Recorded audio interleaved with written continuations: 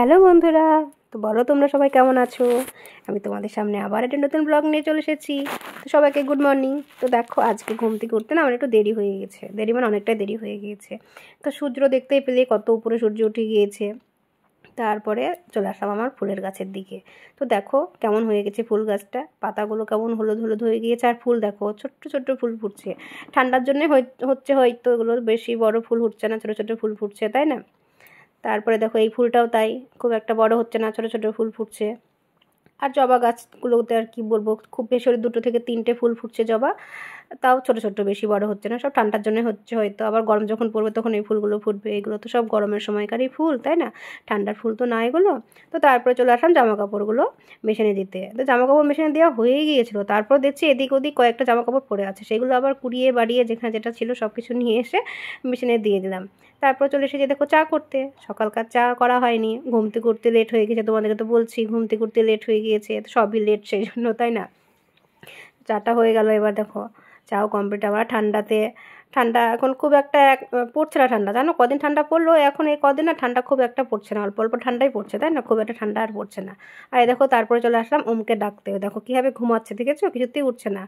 তো আমি জোর করে কম্বলটা টেনে নিচ্ছি সেই জন্যে, কারণ আরেকটু পরে ওকে পড়াতে চলে আসবে, টিউশন আছে, তো সেই জন্য আরও জোর করে তুলছি, কিছুতেই উঠবে না। দেখো সব কিছু টেনে নিলাম গা থেকে, তারপরে দেখো উঠে বসেছে এবার।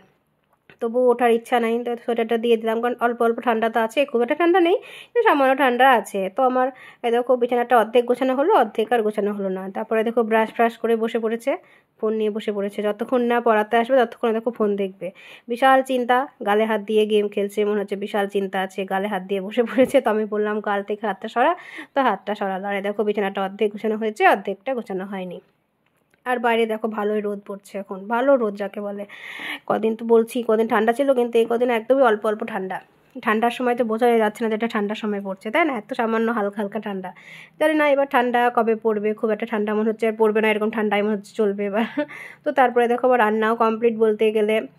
তারপরেই দেখো পড়ছে, দেখেছো, ওই দেখো টিউশন পড়াতে এসেছে, আমি চুপচুপ করে দূর থেকে ভিডিও করে নিয়েছি। আর ঝটপট ঝটপট রান্নাটা করলাম এই দেখো এই কাজটার জন্য। চিমনিটা এত নোংরা হয়েছিল যে কি বলবো, চিমনির দিকে তাকালেই মানে নিজেরই কেমন লাগছিল, যে মনে হচ্ছিলো কবে চিমনিটা পরিষ্কার করব। তো সেই জন্য আজকে আমি তাড়াতাড়ি করে সব রান্না করে নিয়েছি চিমনিটা পরিষ্কার করার জন্য। এই দেখো চিমনি পরিষ্কার হয়ে গেল, দেখতে কত সুন্দর লাগছে এবার, তাই না। আর দেখো এটা খুলে নিয়েছি, কারণ এখানে তো তেলটা জমে থাকে, তো এটা খুলে বাইরে গিয়ে পরিষ্কার করে আসলাম।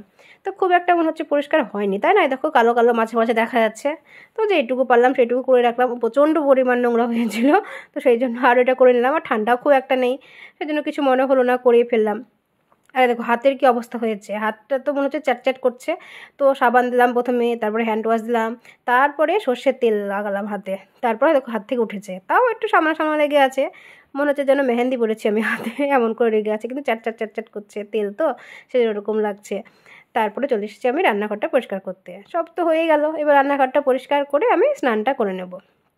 রান্নাঘর দেখবে রান্না করার পর রান্নাঘরে কত জল টল পড়ে থাকে না, সেই জন্য রান্নাঘরটা না মুছলে নিজেরই কেমন লাগে, তাই না। সকালে একবার মোছা হয়, তারপর রান্না করার পর আমি আবার মুছে নিই একবার, প্রতিদিনই এই কাজটা করি, রান্নাঘরটা রান্না করার পর আমি আবার মুছে নিই, কারণ জল টলগুলো তো শুকিয়ে যায়, কারণ স্নান করে তারপরে তো খাওয়া দাওয়ার ব্যাপার আছে, তারপরে তো আবার তো রান্নাঘরে ঢুকতে হবে, তাই না। তো দেখো এই দেখো স্নান কমপ্লিট আমার। স্নান কমপ্লিট করে যেগুলো জামাকাপড় শুকিয়েছিল সেই কটা জামাকাপড় বাইরে থেকে তুলে নিয়ে আসলাম।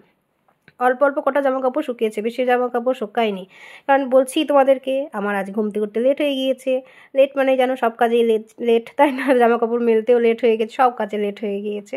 তো যাই হোক সব জামা কাপড় শুকায়নি, অল্প কয়েকটা জামা কাপড় শুকিয়েছে। তো শুকিয়ে যাবে, যা রোদ আছে বিকেল পর্যন্ত শুকিয়ে যাবে, চিন্তা করছি, ও চিন্তার কিছু বিষয় নয়, সব শুকিয়ে যাবে।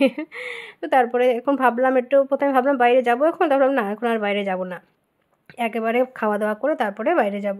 তো একটু বসলাম, ঘরেই বসছি এখন, আর বাইরে আর বেরোবো না, একেবারে ভাত টাত খেয়ে বাইরে বেরোবো। দুপুরে দেখবে ভাত খাওয়ার পরে তখন একটু ঠান্ডা ঠান্ডা লাগে, তখন মনে হয় যে একটু রোদে গিয়ে বসি, তাই না।